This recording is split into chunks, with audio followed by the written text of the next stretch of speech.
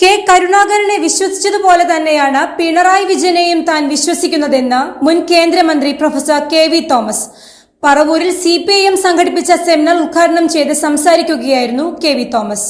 മുൻ മുഖ്യമന്ത്രി കെ കരുണാകരനെ വിശ്വസിച്ചതുപോലെയോ അതിനപ്പുറമോ താൻ മുഖ്യമന്ത്രി പിണറായി വിജയനെ വിശ്വസിക്കുന്നതായി മുൻ കേന്ദ്രമന്ത്രി പ്രൊഫസർ കെ.വി. തോമസ് പറഞ്ഞു. CPIM പറവൂർ ഏരിയ സമ്മേളനത്തിന് മുന്നോടിയായി പറവൂരിൽ സംഘടിപ്പിച്ച വികസന സെമിനാർ ഉദ്ഘാടനം ചെയ്ത് സംസാരിക്കുകയായിരുന്നു അദ്ദേഹം. പിണറായി വിജയൻ എന്ന കരുത്തനായ മുഖ്യമന്ത്രി നയിക്കുന്ന ഗവൺമെന്റിന്റെ പ്രതിനിധിയായി ഡൽഹിയിൽ ജോലി ചെയ്യാൻ കഴിഞ്ഞതിൽ അഭിമാനമുണ്ടെന്നും വികസന കാര്യത്തിൽ രാഷ്ട്രീയം നോക്കാതെയുള്ള അദ്ദേഹത്തിന്റെ നിലപാട് കേരള വികസനത്തിൽ പ്രധാന പങ്ക് വഹിച്ചതായും കെ.വി. തോമസ് കൂട്ടിച്ചേർത്തു. അതുകൊണ്ട് ഞാൻ പറഞ്ഞ രാഷ്ട്രീയമായ അഭിപ്രായ വ്യത്യാസം ഉണ്ടാകും. ഞാൻ എന്തുകൊണ്ടാണ് രാഷ്ട്രീയമായ തീരുമാനമെടുത്തത്? ഈ ഗവൺമെന്റിന്റെ പ്രതിനിധിയായി ഡൽഹിയിലും ജോലി ചെയ്യാൻ തീരുമാനിച്ചത് എനിക്ക് പിണറായി വിജയൻ എന്ന കരുത്തനായ മുഖ്യമന്ത്രിയുടെ വിശ്വാസമുള്ളതുകൊണ്ട് തന്നെയാണ് ഞാൻ ഇപ്പോൾ ഡൽഹിയിൽ നടത്തുന്നത്. രാഷ്ട്രീയമായ ചിലപ്പോൾ എന്നെ ഇതുവരെ മാർക്സിസ്റ്റ് പാർട്ടികളൊന്നും ചേർത്തിട്ടില്ല, മെമ്പർഷിപ്പ് എടുക്കാനും പറഞ്ഞിട്ടില്ല. പക്ഷേ എനിക്ക് അദ്ദേഹത്തിന്റെ വിശ്വാസമുണ്ട്. ഞാൻ കെ കരുണാകരനെ വിശ്വസിച്ചതുപോലെ ഞാൻ ഇതിനോടൊപ്പം വർക്ക് ചെയ്തയാളാണ്. കരുണാകരൻ എത്രയോ കാര്യങ്ങൾ കൊച്ചിന് ഇന്റർനാഷണൽ എയർപോർട്ട് ഉൾപ്പെടെ നമ്മുടെ വൈപ്പിൻ എറണാകുളം പാലങ്ങളെ പോലെയൊക്കെ കാര്യത്തിൽ ഒരു ധീരമായ തീരുമാനമെടുത്ത ലീഡറോടൊപ്പം വർക്ക് ചെയ്ത ആളല്ല. അതുപോലെ തന്നെയോ അതിനപ്പുറത്തോ ഞാൻ വിശ്വസിക്കുന്ന, രാഷ്ട്രീയത്തിനപ്പുറത്ത് വിശ്വസിക്കുന്ന നേതാവാണ് ശ്രീ പിണറായി വിജയൻ എന്ന് തുറന്നു പറയാൻ എനിക്കൊരു ബുദ്ധിമുട്ടുമില്ല. നമുക്ക് മുന്നോട്ട് പോകണം. കേരളത്തിന്റെ വളർച്ചയിൽ നമുക്കറിയാം വിഴിഞ്ഞം കൊണ്ടുവരാൻ മുൻകൈ എടുത്തത് ശ്രീ ഉമ്മൻചാണ്ടിയാണ്. അത് നഷ്ടപ്പെട്ടു പോകുമ്പോൾ ഞാനാണ് അതിൻ്റെ കൂടെ നിന്ന് അതുമായി ബന്ധപ്പെട്ട ആളുകളെ വിളിച്ച് എൻ്റെ വീട്ടിൽ വിളിച്ചിരുത്തി സംസാരിച്ച് ഗൗതമദാനി ഉൾപ്പെടെയുള്ളവരെ വിളിച്ചിരുത്തി ആ പ്രോജക്റ്റിന് ക്ലിയറൻസ് കൊടുത്തു. പക്ഷെ അത് യാഥാർത്ഥ്യമാക്കി ചുരുങ്ങിയ കാലഘട്ടം കൊണ്ട് 50 കപ്പലുകൾ വരുന്ന വിധത്തിൽ വിഴിഞ്ഞം കേരളത്തിന്റെ അഭിമാനമായി മാറ്റിയത് ശ്രീ പിണറായി വിജയനാണ് എന്ന് പറയുന്നത് എന്താ ബുദ്ധിമുട്ട്? എനിക്കും ചില കമ്മിറ്റ്മെന്റ് ഉണ്ട്. ഞാൻ 2009 കേന്ദ്രമന്ത്രിയായിരുന്ന സന്ദർഭത്തിലാണ് 2 ഗെയിൽ പ്രോജക്റ്റുകൾ ഇന്ത്യയിൽ വരുന്നത്. ഒന്ന് ഗുജറാത്തിൽ, ഒന്ന് നമ്മുടെ വൈപ്പിൽ. കേന്ദ്ര മന്ത്രിസഭയിൽ ഇതിന്റെ ഫയൽ വരുമ്പോൾ ഗുജറാത്തിലെ മാത്രമേ ഉണ്ടായിരുന്നു. ഈ ഫയൽ വായിച്ചതിനു ശേഷം അന്ന് എന്നോടൊപ്പം ഉള്ള AK ആന്റണിയോടും വയലാറിനോടും ഞാൻ പറഞ്ഞു, നമുക്ക് ഒന്നിച്ച് നിൽക്കണം. ഇത് വളരെ പ്രധാനപ്പെട്ട ഒരു പ്രോജക്റ്റാണ്.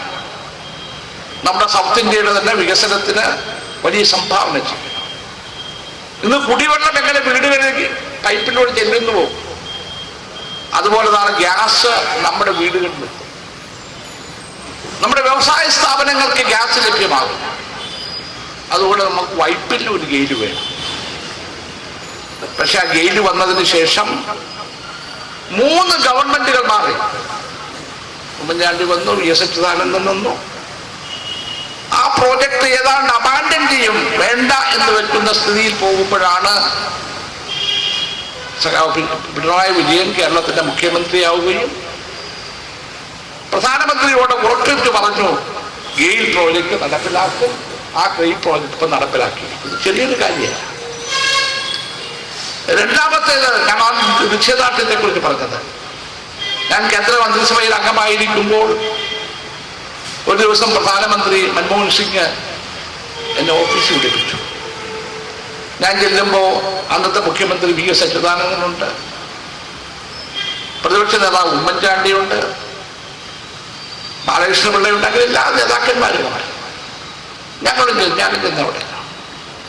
അപ്പൊ എന്നെയൊക്കെ മുമ്പിൽ വെച്ച് ഒരു മെമ്മോറാണ്ടം പ്രധാനമന്ത്രിക്ക് കൊടുത്തു.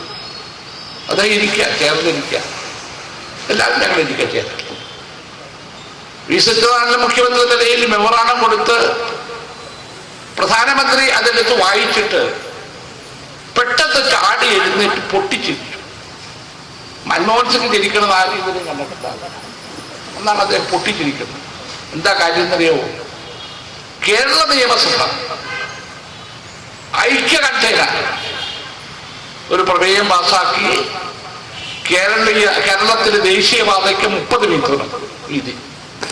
അത് വായിച്ച് ബാക്കി സ്റ്റേറ്റുകളൊക്കെ 60 മീറ്ററും 75 മീറ്ററും ഒക്കെ ആവശ്യപ്പെടുന്ന സന്ദർഭത്തിലാണ് കേരളത്തിൽ ഐക്യകണ്ഠേന 30 മീറ്റർ. നമുക്കറിയാം ഇന്നത്തെ സ്ഥിതി, നമ്മുടെ റോഡുകളുടെ സ്ഥിതി നമുക്കറിയാം. വണ്ടികളുടെ എണ്ണം കൂടുന്നു, റോഡ് പഴയത് തന്നെയാണ്.